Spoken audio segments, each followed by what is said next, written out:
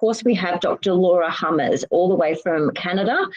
So we welcome you today for your presentation as well. I'll just quickly run through for the slide. This is our virtual education session. We run these every month, so the second Saturday of every month. We have a few video chat rules, so making sure that we hold off to questions until the end. The session will be recorded, so please note that taking yourself on and off mute is not, desirable. So if you can hold off in any interaction from that perspective, that would be great. Today's agenda, we're going to be talking about pregnancy, scleroderma and pregnancy. So we've got Bridget Norton, who will be discussing her own personal journey around scleroderma and pregnancy. And then, of course, Dr. Laura Hummers will also provide her expertise on this, which will be greatly appreciated. So, Bridget, we welcome you today. If you would like to present, over to you, Bridget. Hi all. I didn't put anything together when Louise asked me. She just asked me to share some of my experience with my two pregnancy journeys. So I just thought I would be here for any questions or anything that anyone has. Gosh, that's a lovely old photo.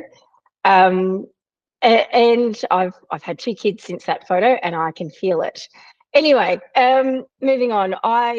So my pregnancy journey with scleroderma has been an interesting one. As I said, I've had two children. The first one, I think, was a little bit about the unknown. Of course, in very close consultation, my OB worked closely with my rheumatologist, and to essentially learn what was going to happen as I went through my scleroderma, my pregnancy journey. Everyone is different, and that's I can't, emphasize that enough. As we know with scleroderma, we all have our own particular things with scleroderma that are our biggest bugbears, and I assume that would be the same with your pregnancy journey. My first one, I fell pregnant very easily, not a problem. I was still of an older age, as they would say, not quite geriatric, as they termed me for my second pregnancy, but I was, I think, 33 or 34 when I was pregnant with my first child. And I had already made the decision, my husband and I had made the decision, because I was a high-risk pregnancy because of my scleroderma, that I would go down the private path. Everyone's, that decision is obviously completely up to you. I went down the private OB path, and she was specialised in high-risk pregnancies. I was very lucky to get into her, and I'm happy to share names with anyone privately if they want someone. Obviously, I'm based in Melbourne, so. I was going along fine. My scans were showing that I had a baby that was a little bit smaller than normal. We didn't really do anything out of the ordinary for this pregnancy. By the time I found out I was pregnant, I was already 8 weeks pregnant.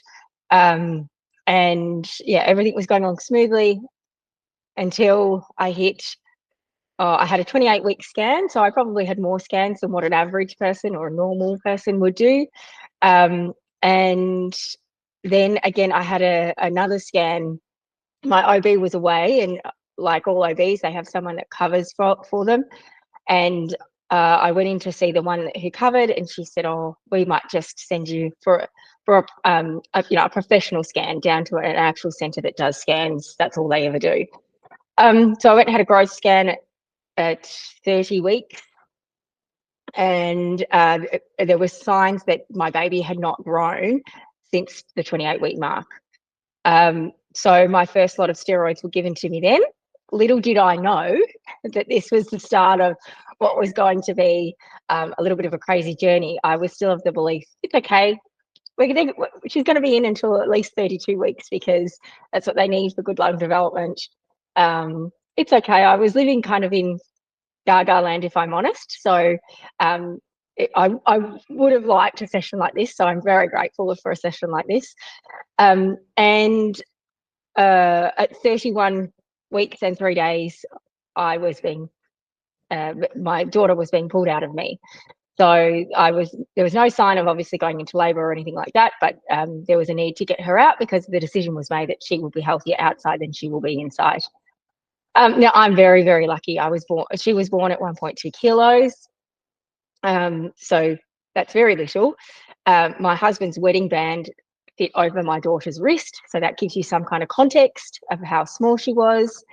And however, she was otherwise pretty happy and healthy baby.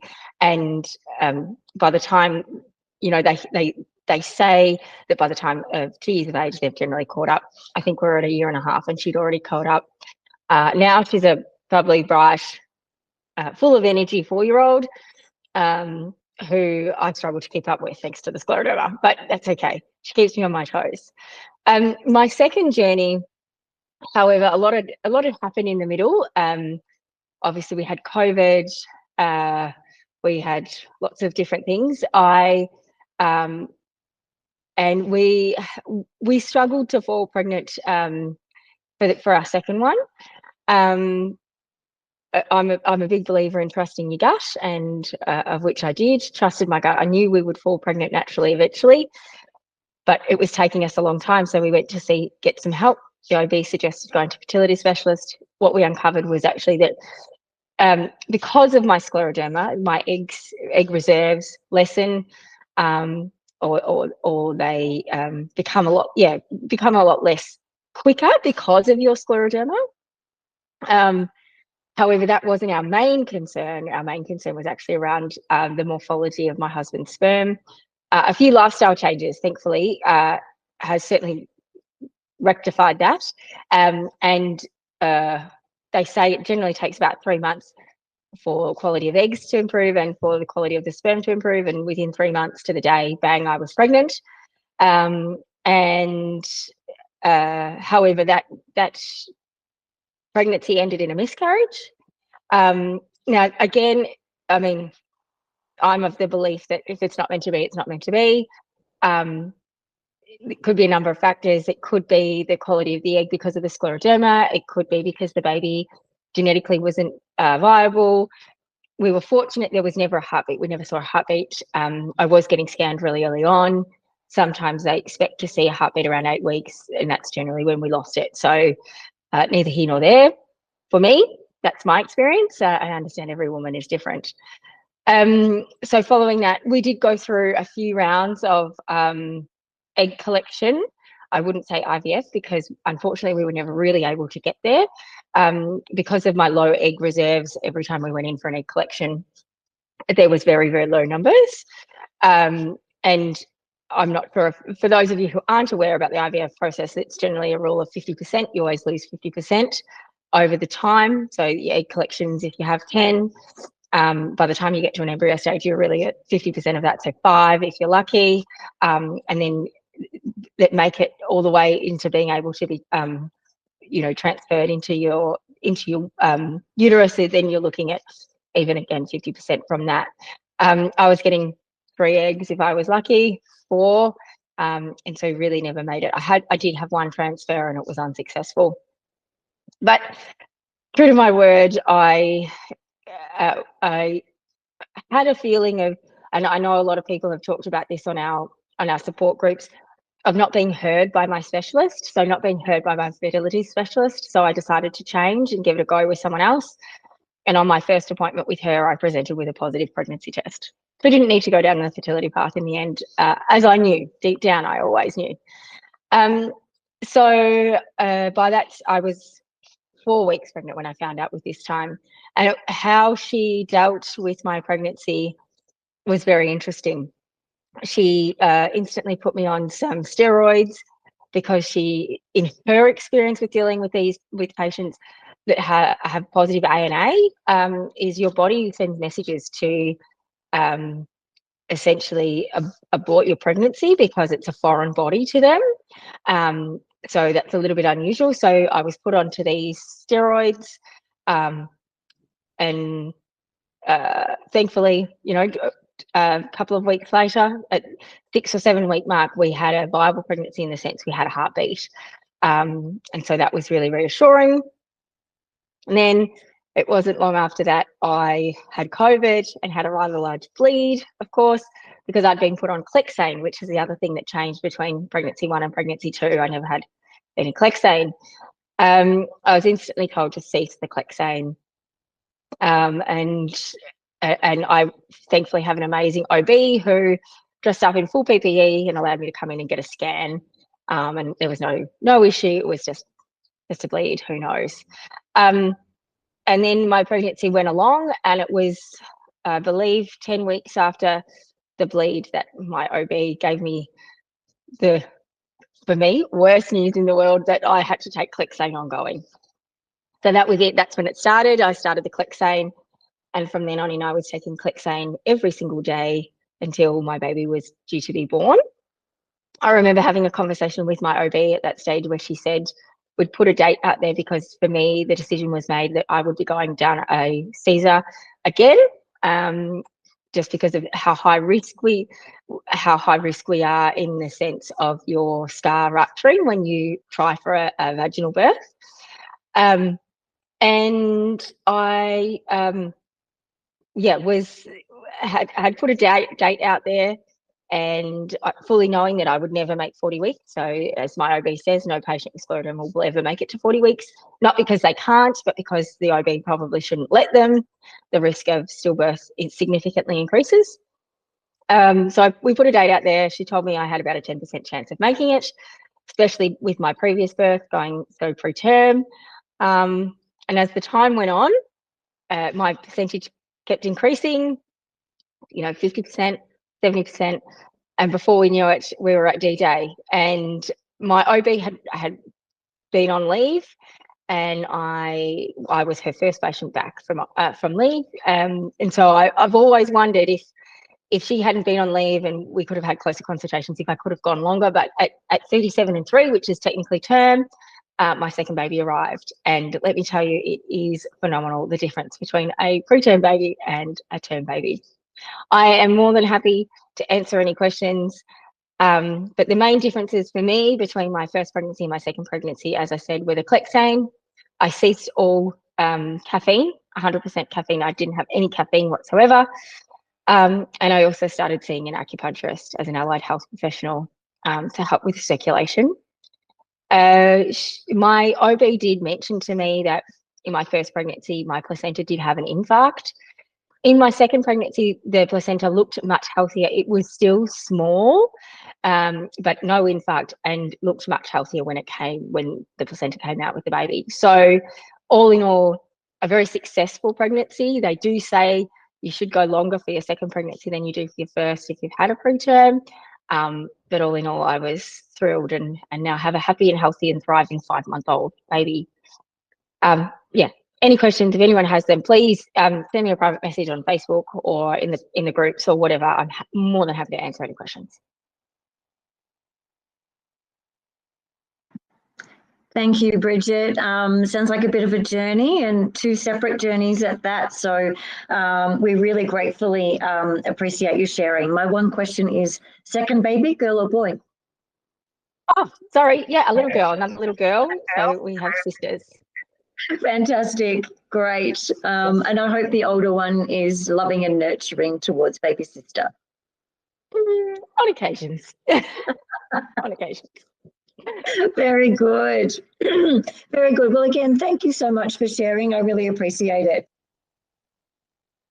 No worries at all. More than happy. Great. All right. Well, stay around, and hopefully we'll have some, further questions or commentary later on. But for now, I would really love to hand over to our wonderful guest speaker today, Associate Professor Laura Hummers. So welcome, Laura. So thank you for joining us. You graduated from the University of Rochester School of Medicine and trained in internal medicine at Thomas Jefferson University. So then trained in rheumatology at Johns Hopkins University, and has been on the faculty working at the Johns Hopkins Scleroderma Centre since 2003, where you have been the co-director of the centre. So well done. Dr. Hummers actively participates in a number of clinical trials and clinical investigations at the centre, actively manages a large patient practice focused exclusively on scleroderma and related conditions. Her main area of research is the development of better prediction tools for major complications of scleroderma and clinical trial development. So welcome, Laura, and I hand it to you. Thank you so much. You don't hear, do you hear our feedback or no? Okay, good. Well, thank you very much for having me, and good morning to everybody. It is on the East Coast of the US here. It is about 9 p.m., but good morning to all of you. And thank you for sharing your story. Oops, I'm getting a little pop-up. Okay, thank you for sharing your story. Really hearing these experiences, and I've really enjoyed. I've done meetings like this in the U.S. where we have scleroderma experts and patients discussing issues around pregnancy, and it really is helpful to hear other people's experiences through pregnancy. So thank you for sharing, and I'm happy to. I'm going to give you the kind of the flip side of the experience is how, as a scleroderma doctor, we think about pregnancy and how we think about counseling our patients. So many of our patients come to us and tell us, I can never get pregnant. I should never get pregnant. I was told I should never get pregnant. Everybody's afraid of me getting pregnant, all of the above. And we know after years of experience that is not true, that pregnancy is possible and often successful, but it does require, just like everything in scleroderma, I would say, does require a little extra work and a little extra planning, I would say, if we can. Obviously that doesn't always happen because sometimes pregnancies are not planned, but we do think with proper planning in most of our patients that we can work through pregnancies successfully and have wonderful outcomes, as you've heard about in the end. So I'm happy to, now I'm going to have to unfortunately have some help with my slides because we had a little computer glitch. So I'm going to get some help, I think, from Tara. So we do have a large center. So I'm in Baltimore, Maryland, on the East Coast of the U.S. And we do have a pretty large scleroderma center that was founded by Frederick Wigley many years ago now. And he had the brilliant idea to start collecting data from patients prospectively. So we've been collecting data from our patients from the research side for quite a number of years now. And we have a large research database that we use for a lot of our work. Our patients are incredibly generous and allow us to take information that we learn about their scleroderma and put it into our research registry. So we have roughly 4,600 patients in our scleroderma registry. So we use that and we collect all kind of longitudinal PFT, breathing test data, echo data, lab data, skin scores, all of those things longitudinally. So it's been a great foundation of all the work that we're doing here. So yay, thank you, Tara. You're better at technology than I am, obviously. All right, so I'll go into my talk, and at the end, hopefully, like I said, we should have plenty of times for some questions. So the goals today for this session would be to really understand the impact of pregnancy on a patient with scleroderma. Going through a pregnancy, I would say, is daunting for anybody. Going through pregnancy when you have a chronic condition is a little more daunting for people. We're going to highlight issues related to fertility, pregnancy complications, and success rates of pregnancy in scleroderma patients. Discuss a few unique situations that may complicate a pregnancy in scleroderma, and then talk about medications a little bit that gets used in pregnancy. And again, I just want to give a little bit of insight in terms of, how the doctor, or at least your scleroderma doctor or rheumatologist, is kind of thinking about things when we're talking about pregnancy. So the next slide, please.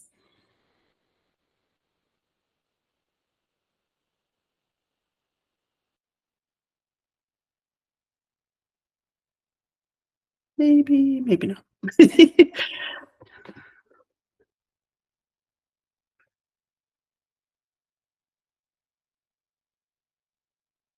Uh-oh.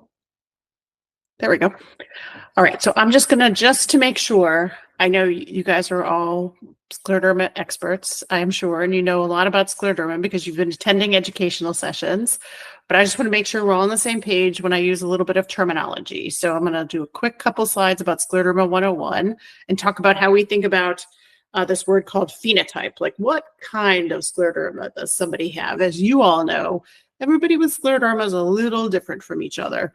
So we kind of think through these ways that we can kind of characterize a patient's scleroderma, not just to allow us to think through what type of scleroderma somebody has, but we know certain subsets of scleroderma exist that may be at higher or lower risk for having certain things happen. So it is helpful for us to kind of make a construct of kind of like, what's the flavor of somebody's scleroderma? What kind of scleroderma does this patient have compared to somebody else? So next slide, please. Okay, so this is one major way that we subset patients who have scleroderma is based on the extent of the skin disease.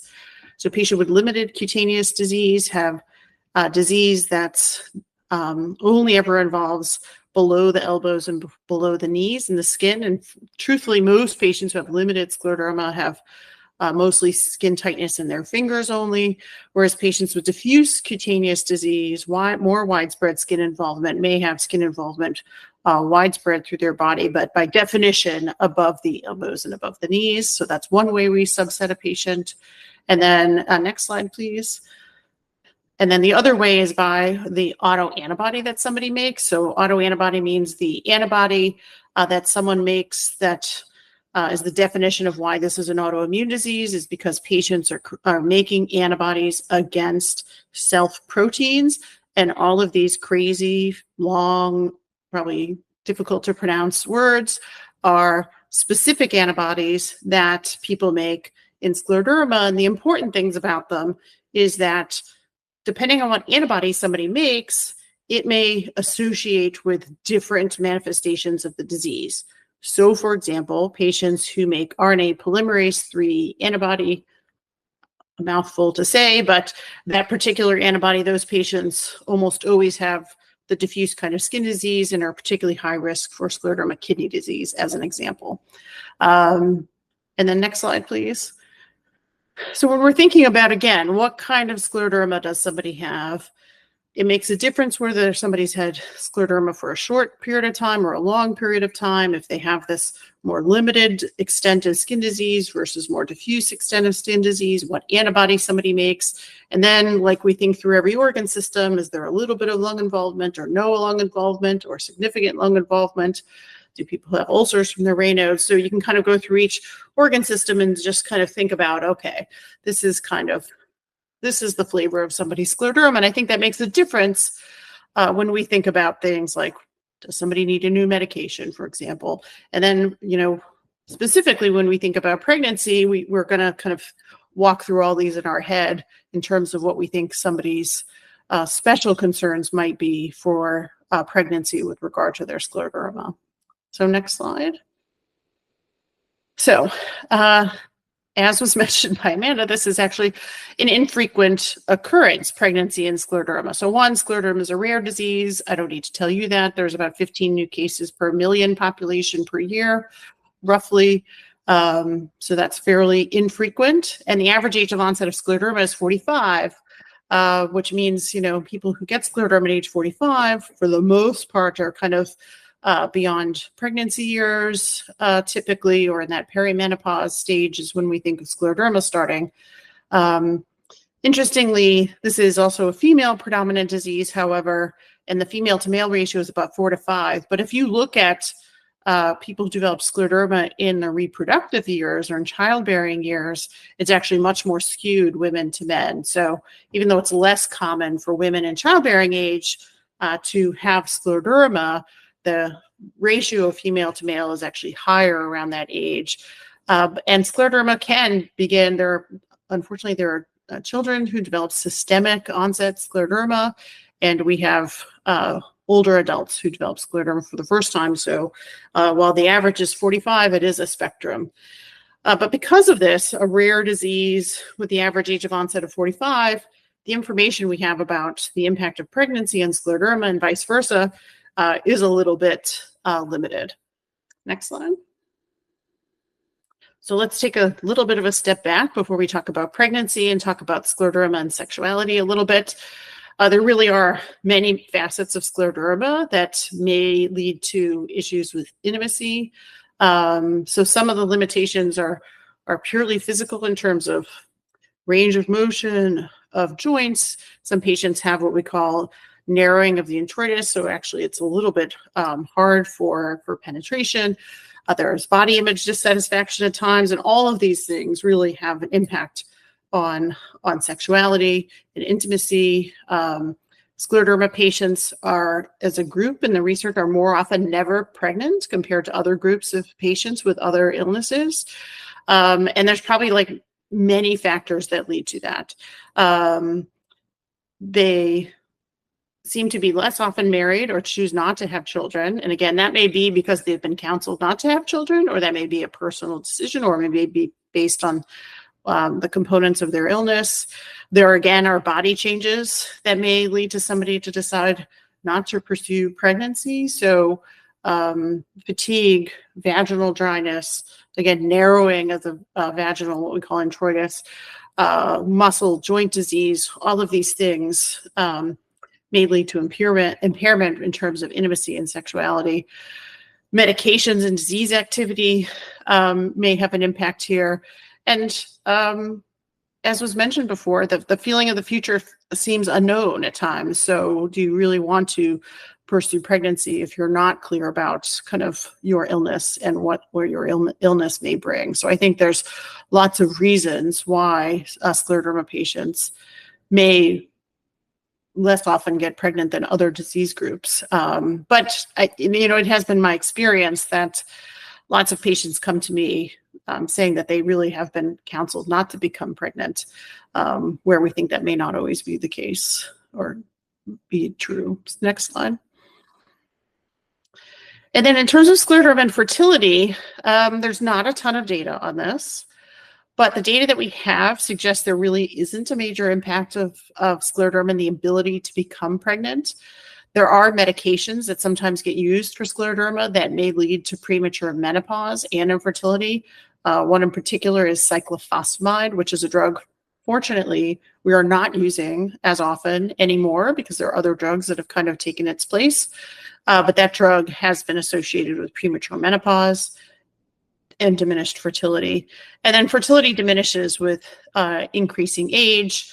And so, again, with the age of onset of scleroderma being a little bit on the older side, there are some of our patients, and these days, it is possible for successful pregnancies to occur a little bit later than typically was happening in years past. So but fertility does diminish with age, so that may become a factor for some of our patients. And the next slide.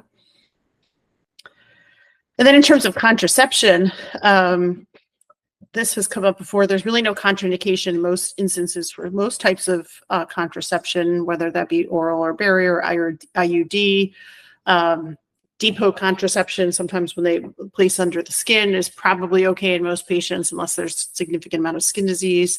There are some cautions with oral contraceptives, estrogen-based oral contraceptives, in special circumstances if somebody has lupus overlap or history of blood clots where we may need to consider alternatives.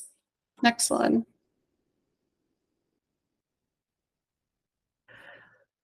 Okay, so if somebody's contemplating pregnancy and thinking in advance about planning for pregnancy, I think it's really important that there's a careful assessment of the scleroderma by your rheumatologist. And to understand kind of the extent and the activity of the scleroderma, to carefully examine major organs with testing, particularly the lungs, consideration of medications. There are some immune suppressing medications, for example, that not only are contraindicated in pregnancy, but we actually need a washout period before somebody becomes pregnant to minimize the risk of that medication. So that requires some careful planning.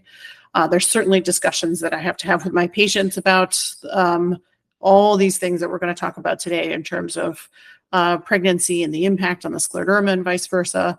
And then we usually have our patients consult with a high-risk obstetrician. The question is, are there contraindications to pregnancy, in some patients with scleroderma? And I think there are. So patients with severe lung disease who already have oxygen requirements or need to use oxygen, we may think of as being probably a little bit too high risk to consider, not impossible, but pretty high risk.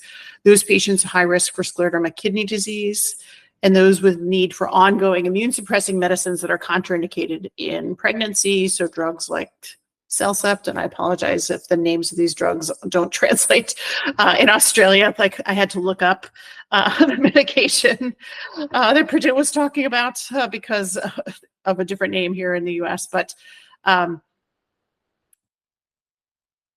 and then people who have severe nutritional deficiencies or malabsorption, we worry about if you're already not observing your nutrition well, we'd be a little bit worried about the impact that might have on baby. But in the end, this is really a collaborative and group decision amongst patients and their care team. Next slide.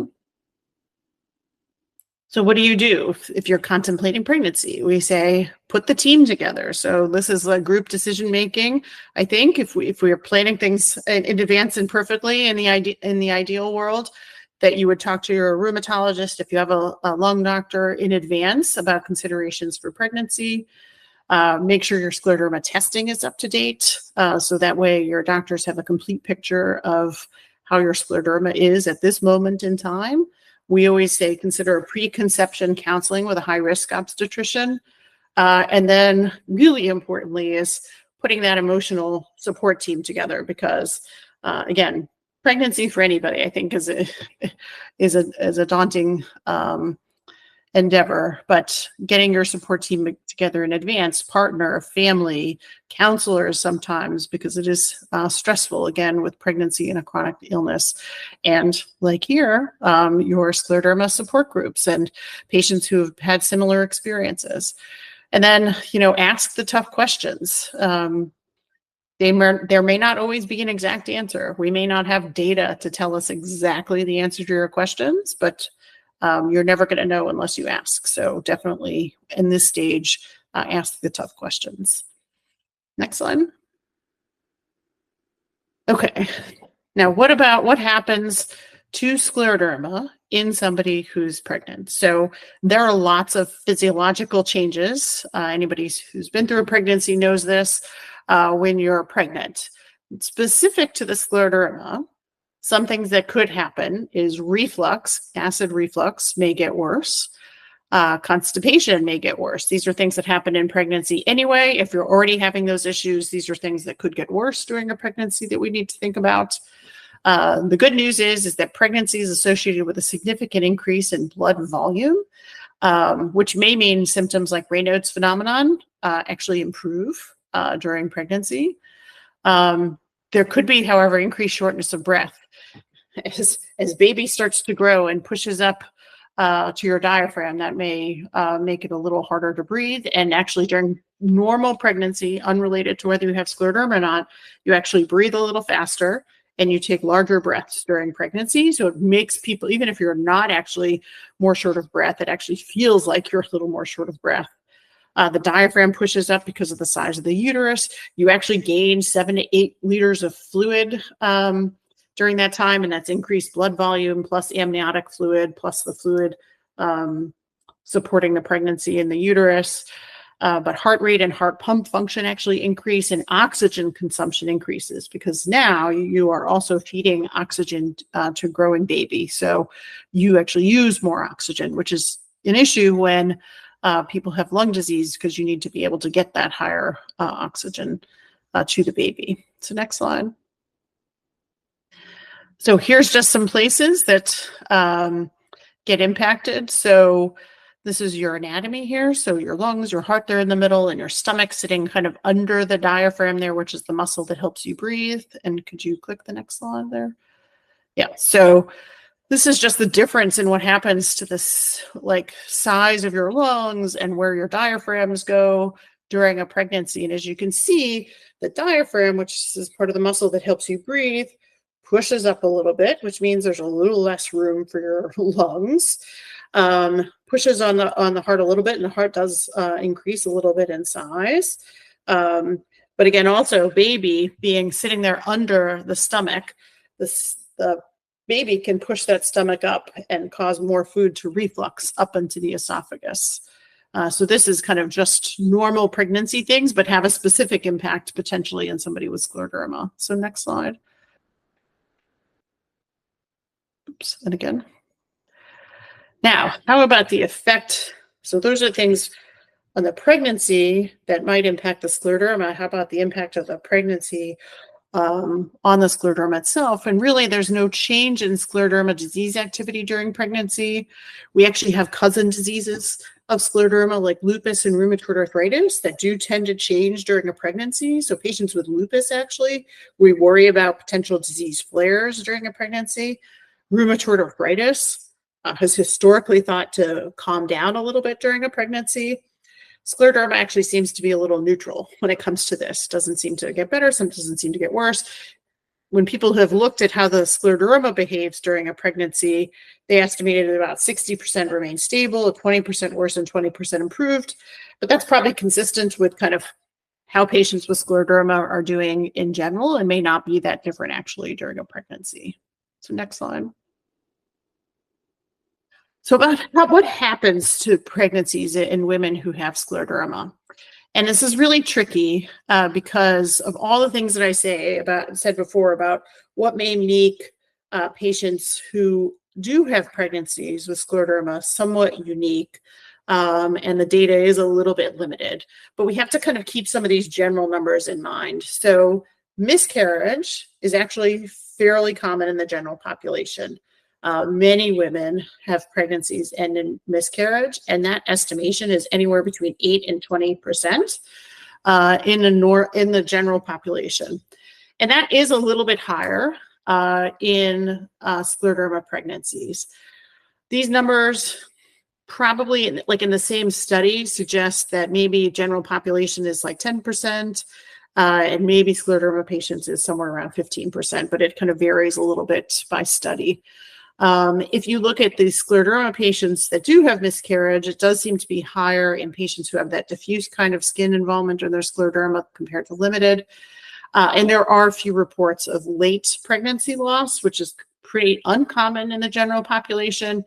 And this is defined by greater than 20 weeks. And in those cases, it does appear that there is a blood flow issue in the placenta. And that's the reason people talk about blood flow to the placenta or think about ways to maximize the blood flow in the placenta. But fortunately, that is pretty uncommon. What is slightly more common is that women with scleroderma have preterm births. Now, this is also common in the general population, 12% in the United States anyway. But it is a little bit higher in scleroderma than in the general population. And again, is more common in those who have diffuse skin disease than limited skin disease. And it is more common for women with scleroderma to have what's called small for gestational age babies, meaning for the number of weeks they're a little smaller than they should be. Now, the good news is that even though there are more frequent preterm births and small for gestational age babies, that doesn't mean that their outcomes of the babies is poor. They're actually great, and the babies actually do well, but on average, they're a little smaller and they come a little earlier. And that probably, again, is related to potentially placental blood flow. Next slide. So overall, live birth rates in the general population is 84%, which is actually exactly the same in patients who have limited scleroderma, and in diffuse scleroderma, it is a little bit lower. But to summarize, overall, we think pregnancy outcomes in patients with scleroderma are generally good. Babies are slightly earlier and slightly smaller. And we do think a little bit differently about patients who have diffuse skin disease and maybe later disease where there might be more blood vessel problems that maybe are a little bit worse in terms of these factors. And it is probably related to vascular insufficiency, just not enough blood in that placenta, probably as one of the main factors. And it may be other factors related to the scleroderma, depending on what complications of scleroderma somebody has. Next slide. So this is a picture of how baby gets blood and oxygen during a pregnancy. It is through this placenta.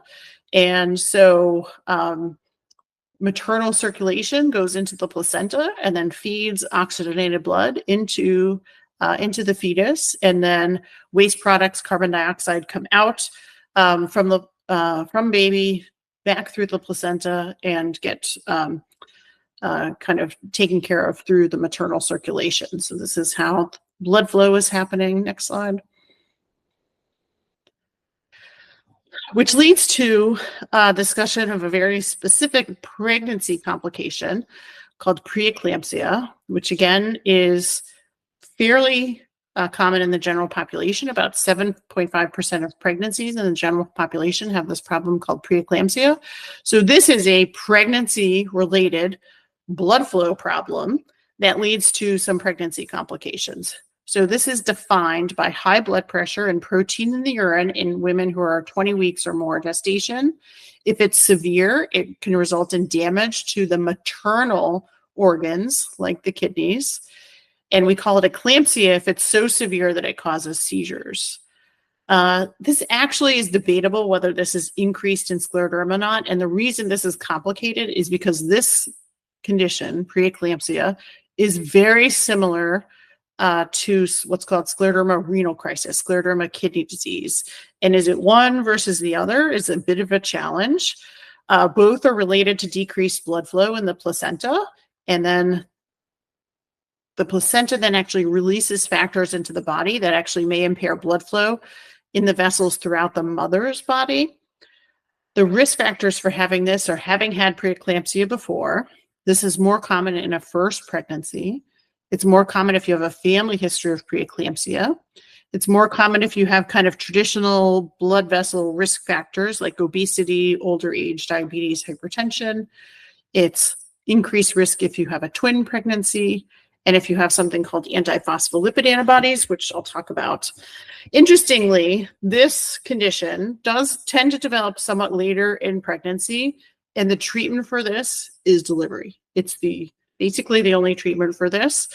This will kind of self-perpetuate if the pregnancy continues. So the treatment for severe preeclampsia is delivery. Next slide. Now, scleroderma renal crisis causes new onset of high blood pressure, abnormal kidney function, just like preeclampsia. It is also related to decreased blood flow in the kidney. This occurs in about 5 to 10% of diffuse scleroderma patients and 3 to 5% of all patients.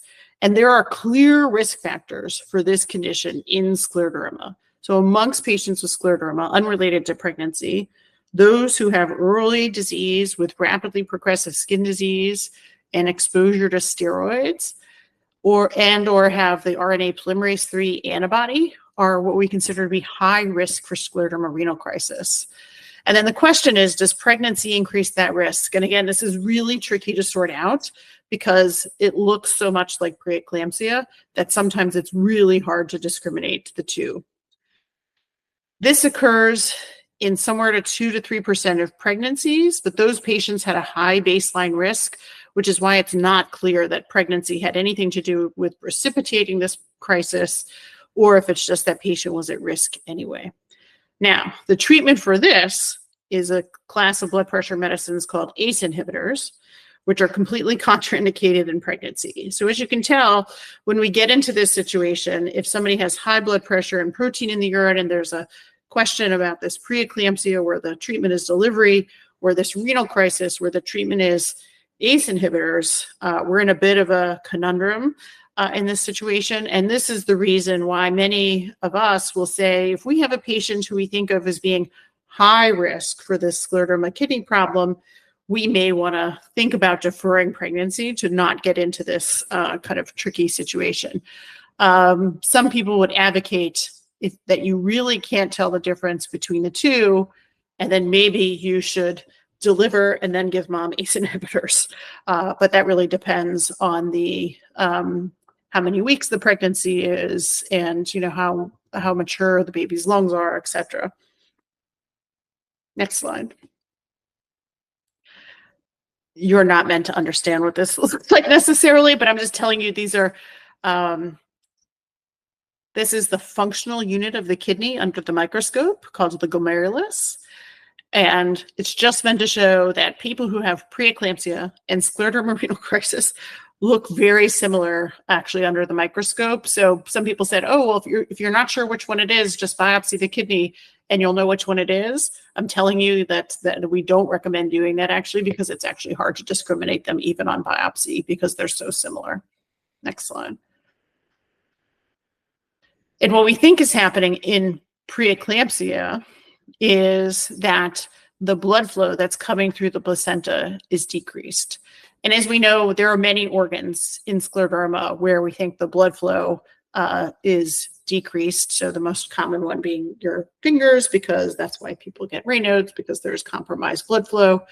And it may be that scleroderma patients have circulating factors that that do impair blood flow, and that's maybe why the placenta does get impacted. And again, on average, the placentas from women with scleroderma are a little bit smaller and have a little bit less blood flow than a normal placenta. And that's probably what leads to babies on average being a little smaller and coming a little earlier. So next slide.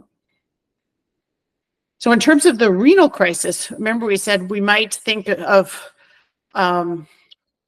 delaying pregnancy in certain situations. So this may be one of them. So patients, there are clear risk factors for renal crisis. We don't think of all patients with scleroderma as having high risk for renal crisis. There are some subsets of scleroderma where we think this risk is probably 0. But the risk factors are diffuse skin disease with rapid progression, early disease in the first couple of years. We think African descent patients may be higher risk, and the highest risk factor is RNA polymerase III autoantibodies. We do know that patients who have been given steroids at moderate doses do have an increased risk of scleroderma renal crisis. Interestingly, having high blood pressure, having an abnormal urinalysis, kidney function at baseline, none of those things predict who's going to get this. So we just have to be suspicious in this high risk group and watch for this very closely. And we monitor patients high risk for this with blood pressure monitoring. Next slide.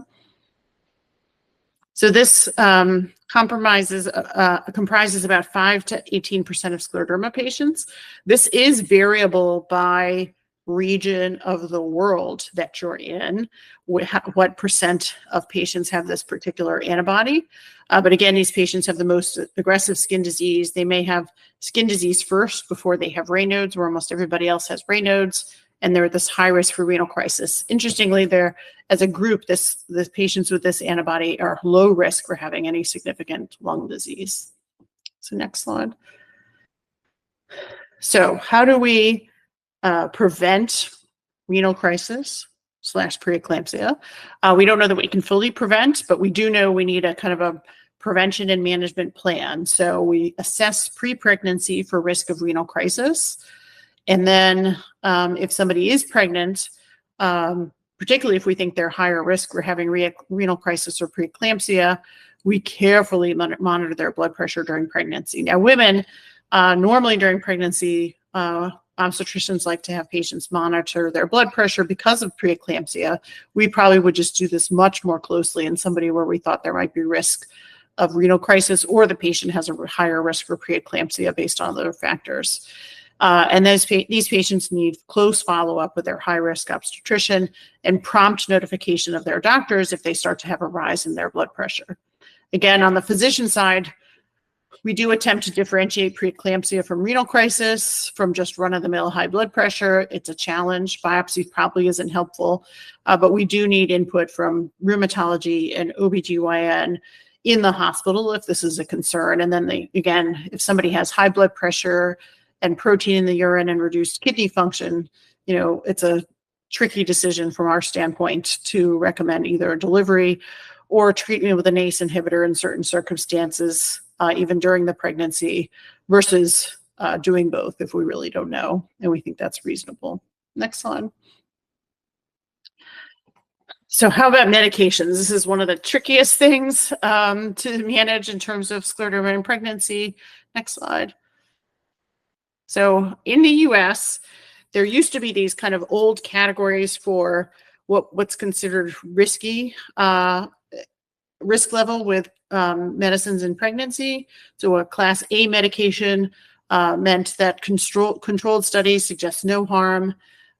B was that animal or human studies didn't suggested that there was no risk. C is that there's only animal studies to suggest risk, but there's no data in humans, or there's no data at all in humans or animals. D was evidence of clear human fetal risk, and X was absolutely contraindicated. These are medications that are known to associate with birth defects. Next slide. The US has changed the way they categorize medications from pregnancy risk, and they don't actually categorize them anymore. They just give physicians the information that we have.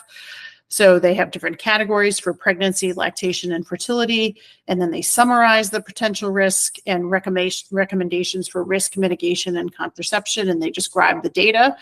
So it's a little trickier now to parse this from the physician side, where we had kind of a little bit more clearer categorization.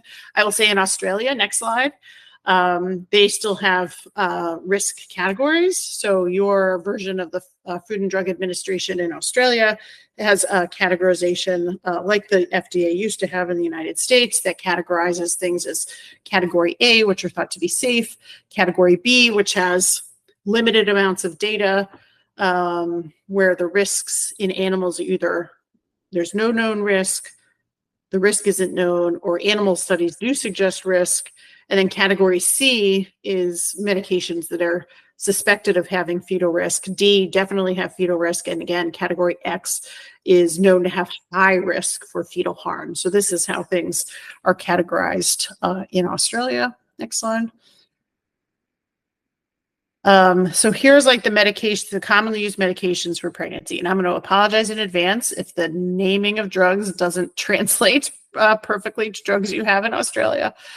So kind of common categories of medications. So calcium channel blockers are the most commonly used medications for Raynaud's phenomenon. In the US, these are old pregnancy category C, where there might be some suggestion of risk. So usually these medications get stopped, which is probably okay, because Raynaud's tends to get better during pregnancy. So hopefully this won't be such an issue. Acid-lowering medicines are a little bit variable. So most patients have reflux. And again, we kind of expect reflux to get worse during a pregnancy. Regular antacids are completely safe. H2 blockers, which is ranitidine, famotidine, there's the US trade names there, are likely thought to be safe. But we call them the purple pills, or the PPIs here in the US. These are the most commonly prescribed acid-lowering medicines for our patients with scleroderma. There's a little bit, they're probably safe, but there's less known about them. And depending on the specific drug, they get this kind of B, or they used to get this B or C categorization. So that's kind of an assessment of risk benefit depending on how bad somebody's reflux is. We usually don't use anti-inflammatory medicines like NSAIDs during pregnancy, particularly late in pregnancy, because they can cause specific complications if used late in pregnancy. And then here's where it's really a challenge, is many of the main immune suppressing medicines we use for the most common manifestations of scleroderma, like lung disease and skin disease, are really absolutely contraindicated in pregnancy. So methotrexate actually is a medicine sometimes that is given to induce termination of pregnancy, but also is clearly associated with birth defects. Cyclophosphamide and Cellcept, also pregnancy category D, known to be associated with risk. Prednisone we do use during pregnancy, although it has a category risk assessment of C, but prednisone, like I said, increases the risk of scleroderma kidney disease, so we tend to avoid it in a pregnancy anyway. And then biologic drugs, this is a fun one, because these injectable biologic drugs that sometimes get used So it depends on the society that's making the recommendation and the country that you're in, how these drugs are supposed to be managed during a pregnancy. Most of the time, many of these biologic drugs do not cross the placenta, or they cross in such a low way that we think it may not be that risky. But there's not a lot of human data of pregnancy with these biologic drugs. And literally, I just saw a review that has 2 huge tables that goes through all these medications and the recommendations by the gastroenterology societies who use these drugs, the rheumatology societies who use these drugs, the OBGYNs and their recommendations, and by specific drug and by class of drugs, and it's all over the place. So this is an area that requires special discussion, I would say, how to handle these medications for pregnancy. Most of the time, the recommendation is if they can be stopped pre-pregnancy, we usually do, but that's not so clear. So next slide. And now I just want to walk quickly through a few unique situations in scleroderma. There's a condition called antiphospholipid antibody syndrome, which is associated with blood clots and miscarriages. There is an antibody called anti-Ro or SSA antibody that about 20% of our patients make that has specific risk in pregnancy. Patients who have a prior scleroderma renal crisis and those who have significant heart, lung, or skin or muscle disease. Next slide. So antiphospholipid antibodies is more commonly seen in lupus patients, but some scleroderma patients may make these antibodies, but they are associated with risk of blood clot and recurrent miscarriage. And patients who have these in scleroderma seem to have more vascular disease. They have been related, we think, to some cases of late pregnancy loss. And so we usually do look for these antibodies in the kind of pre-pregnancy time period and consider aspirin or other blood thinners like heparin during pregnancy. But we do look for those. Next slide. And then there's these antibodies called anti-Ro antibodies. This is not a scleroderma specific antibody. It actually occurs kind of across the spectrum in autoimmune disease and lupus, scleroderma, Sjogren's syndrome. And approximately 20% of patients with scleroderma may have this antibody. This antibody, however, associates with specific risk to the fetus. It can cause what's called heart block, so it causes the electrical activity in the baby's heart to not conduct normally, and is associated with something called neonatal lupus, which is skin rash, because the antibody crossing through the placenta to the baby actually causes what we call neonatal lupus. So it actually causes, this antibody crosses the placenta and causes trouble in the baby. So mothers who carry this antibody, regardless of their diagnosis, doesn't matter if they have lupus, scleroderma, nothing, if we know they have those antibodies, special monitoring needs to occur for these patients. They need fetal cardiac echocardiograms. So you get an echocardiogram or ultrasound of your heart to monitor for pulmonary hypertension and scleroderma. This is actually a fetal cardiac echo, so they're actually looking at the baby's heart and how it is beating during pregnancy. And the middle part of the pregnancy is the highest risk for having these antibodies cross and cause this heart block. The risk is approximately 1% of people who have this antibody causing heart block. But if you've had a prior pregnancy with this complication, the risk is higher. There are some medication strategies to be used to reduce this risk, but the monitoring is the most important thing. Next slide. And then if you've had prior kidney disease, the challenge here is, besides the reduced kidney function, is that the medicine we use to treat scleroderma renal disease, this ACE inhibitor medicine, is contraindicated in pregnancy, and discontinuation may result in harder to treat blood pressure and may put some risk on the kidney. So this is a very unique situation that needs to be kind of thought through carefully with the care team. Patients who are on dialysis generally are counseled against pregnancy. Dialysis is actually associated with reduced fertility, and pregnancy puts a demand on the kidney that may reduce the chance that dialysis may be stopped. So scleroderma patients we think of who end up on dialysis from renal kidney disease, scleroderma kidney disease, may actually be able to come off dialysis after a period of time. Pregnancy may put some extra demand on that kidney and may reduce the chance that you could come off dialysis. So this is, fortunately, an uncommon situation that requires really particular careful consideration. Next slide. And then pregnancy with those with lung disease. So a developing fetus is greedy, and it takes some of your oxygen because it needs its oxygen. So it takes it from maternal circulation. That means that women with pregnancy, the oxygen needs are actually higher, particularly with exercise. So somebody who has moderate lung disease or more in pregnancy, even if they wouldn't need oxygen outside of a pregnancy, may need oxygen supplementation during a pregnancy. So it is really important that any patient who has lung disease with scleroderma, that we look at their oxygen very carefully during the pregnancy and check to see what the oxygen levels are, both at rest and with walking. And then patients who have pulmonary hypertension, pressures may worsen during a pregnancy.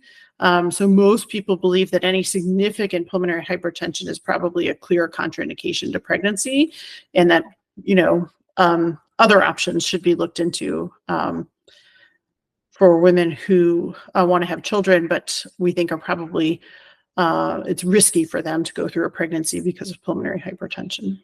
Next slide. So in terms of managing pregnancy with lung disease, we always try to get a pre-pregnancy breathing test. That's the pulmonary function test, to ensure it's stable. I had a patient recently come in. She brought her PFT with her. She said, "Here, I'm postpartum now. I had my baby a few months ago. Here's my last PFT." And I looked at this PFT and it looked terrible. And I was like, "Oh my gosh, what happened?" I said, "When did they take this PFT?" "Oh, they took it when I was 8 months pregnant." I was like, "Oh my gosh, why did they do that?" All that baby was pushing up on diaphragm and making lung volumes look lower. So we did it again postpartum and it looked fine. So getting PFT early in pregnancy, if you're going to get a PFT, is important. And then we have our patients follow with a lung doctor and a high-risk obstetrician if there's significant lung disease. And we, like I said, frequently look for need for oxygen. Next slide. And then skin, muscle, and joints really doesn't appear to be a compliance issue in terms of stretching the skin to accommodate a pregnancy. I know that's a concern very often. Your body actually releases hormones that allow your skin to stretch, and this really doesn't seem to be a problem. Maybe if you have really tight skin on the abdomen, which is pretty uncommon, that could be a concern, but most of the time it's not a concern. People who have muscle inflammation or myositis, we have two concerns there. The medications we often use to treat myositis are often contraindicated in pregnancy, and we're cautious about patients having active myositis and getting pregnant just because of the muscle weakness and the kind of stress that may be in terms of trying to carry a pregnancy. And then patients who have joint inflammation or arthritis, again, there's many of the medications we use to treat that are usually risky in pregnancy. And information from patients who have rheumatoid arthritis suggests that if patients have active joint disease at pregnancy onset, that actually increases the risk of pregnancy complications. And then our patients always think about, boy, if I have skin and muscle problems, if I'm really weak, am I going to be able to really hold my baby? So it's really important that we think through some of these issues in terms of muscles and joints and skin for the postpartum period as well. Next slide. In terms of managing delivery, we always tell patients to, when they're packing their, go to the hospital delivery bag, that you want to have the extra gloves and socks because delivery rooms historically are chilly and you don't want your Raynaud's to be an issue. We want patients to have warming devices available to them in delivery. We try to minimize anesthesia risk for people who have any significant lung disease, like a regional anesthesia, like a epidural versus general anesthesia. We're always monitoring blood pressure. We always want their IVs to put in early, because sometimes IVs are a challenge in patients, particularly if they have skin disease in their arms, to make sure that IV gets in early and is working. And if C-section is needed, actually surprisingly unlikely to have healing problems from C-sections unless there really is severe skin disease in the abdomen. Next slide. And then I do caution against pregnancy in certain subsets of patients. So patients who have early diffuse scleroderma, who very often need immunosuppression to control their disease, that's probably not the best time to put an additional strain on the system with pregnancy. And they are higher risk for this kidney problem at baseline. And particularly if we don't know if the lungs are involved or not. Patients with significant lung disease, we worry about them having to stop effective medicine for their lung that may be reducing their risk for progression. And we talked about the need for oxygen. Again, patients with pulmonary hypertension, this increases the risk for both fetus and mother. That may be a time where we think pregnancy may not be medically appropriate. And then patients who've had a prior renal crisis, there are complications there because of their need for medicines. Next slide. So to summarize, scleroderma patients often have very successful pregnancies. They are higher risk for preterm delivery, and babies tend to be smaller, but in general do well. Pregnancy does not cause scleroderma to flare, and certain patients need extra attention and more frequent monitoring. So really careful evaluation by a scleroderma expert in collaboration with high-risk OB and sometimes pulmonary medicine is really required. But with that, we think most of our patients actually go through pregnancy fairly successfully. So I think that was my last slide, if I'm not mistaken. And my last slide, I'm happy to take questions. Thank you.